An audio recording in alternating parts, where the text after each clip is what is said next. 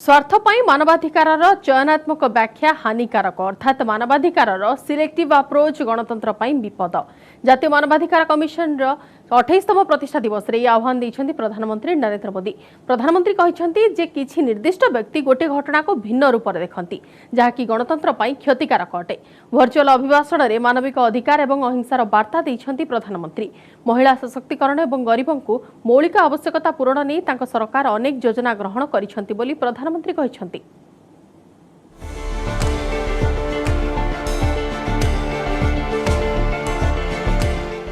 जातीय मानवाधिकार आयोगर 28तम प्रतिष्ठा दिवस रे जातिर पिता महात्मा गांधी अहिंसा मार्गर उदाहरण देइछन्ति प्रधानमंत्री नरेंद्र मोदी। ये हम सबका सौभाग्य है कि आज अमृत महोत्सव के जरिए हम महात्मा गांधी के उन मूल्यों और आदर्शों को जीने का संकल्प ले रहे हैं। प्रधानमंत्री कहिछन्ति जे एमिति एक समय थिला जेतेबेले विश्व युद्धर हिंसारे समग्र विश्व जळुथिला। सेतेबेले भारतवर्ष समग्र विश्व को अधिकार एवं अहिंसार मार्ग देखाइथिला। विरोधी ना न नहीं प्रधानमंत्री कहिछन्ति जे केतेक लोक एई घटना को विभिन्न रूप में देखंती अर्थात समान घटना को केतेबेले मानवाधिकार उल्लंघन बोली कहंती पुणी अन्य पक्षरे मानविक अधिकार उल्लंघन होई नथिबा दर्शाई थांती। सेभଳି व्यक्ति विशेषज्ञ प्रति साधारण जनता सावधान रहिबा आवश्यक कारण चयनात्मक व्याख्या बा आभिमुख्य गणतंत्र प्रति बड़ विपद बोली आह्वान देइछन्ति प्रधानमंत्री। मानव अधिकार की व्याख्या कुछ लोग अपने अपने तरीके से अपने अपने हितों को देखकर करने लगे। एक ही प्रकार की किसी घटना में कुछ लोगों को मानव अधिकार का हनन दिखता है और वैसी ही किसी दूसरी घटना में इन्हीं लोगों को मानव अधिकार का हनन नहीं दिखता। इस प्रकार की मानसिकता भी मानव अधिकार को बहुत ज्यादा नुकसान पहुंचाती है। मानव अधिकार का बहुत ज्यादा हनन तब होता है जब उसे राजनीतिक रंग से देखा जाता है, राजनीतिक चश्मे से देखा जाता है, राजनीतिक नफा नुकसान के तराजू से तोला जाता है।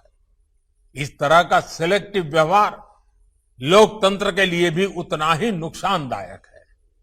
हम देखते हैं कि ऐसे ही सिलेक्टिव व्यवहार करते हुए कुछ लोग मानव अधिकारों के हनन के नाम पर देश की छवि को भी नुकसान पहुंचाने का प्रयास करते हैं। ऐसे लोगों से भी देश को सतर्क रहना है।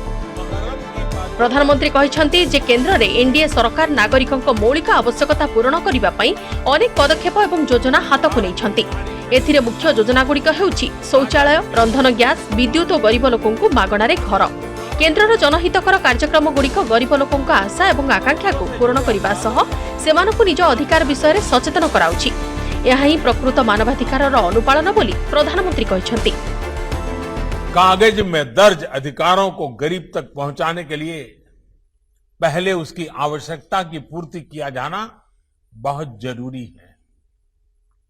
जब आवश्यकताएं पूरी होने लगती हैं तो गरीब अपनी ऊर्जा अधिकारों की तरफ लगा सकता है, अपने अधिकार मांग सकता है।